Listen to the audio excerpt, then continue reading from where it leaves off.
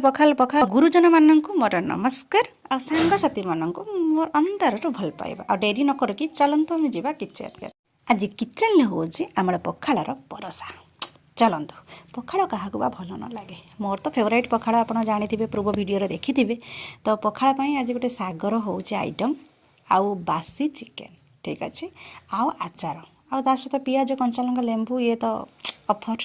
ତ ଆଉ କିଛି ସେମିତି ନାହିଁ, ପୁରା ଖାଇବାଟା ଆଜି ପୁରା ପୁରା ସକାଳୁ ସକାଳୁ ଜମିଯିବ। ପଖାଳ ଖାଆନ୍ତୁ, ସୁସ୍ଥ ରୁହନ୍ତୁ, ଆଉ ଯିଏ ମୋଟା ହୋଇଛନ୍ତି ସେ ପତଳା ହୋଇଯାଆନ୍ତୁ। ଆପଣ ଜାଣିଛନ୍ତି ପଖାଳର ନା ଇମ୍ୟୁନିଟି ପାୱାର ପୁରା ଭର୍ତ୍ତି ହେଇକି ଅଛି। ଆଉ ଯେଉଁ ସମୟରେ କରୋନା ହେଇଥିଲା ନା, ବିଶ୍ୱାସ କରୁନାହାନ୍ତି 3 ଟାଇମ୍ ପଖାଳ ମୁଁ ଖାଇଛି, ଜମା ଗରମକୁ ମୁଁ ଛୁଇଁ ନାହିଁ। ସତରେ ପଖାଳ ସହିତ ଟିକେ ଗରମ ଗରମ ଶାଗ ହେଇଥିବ ନା, ଖାଇବାଟା ପୁରା ମସ୍ତ ଲାଗିବ ସତରେ।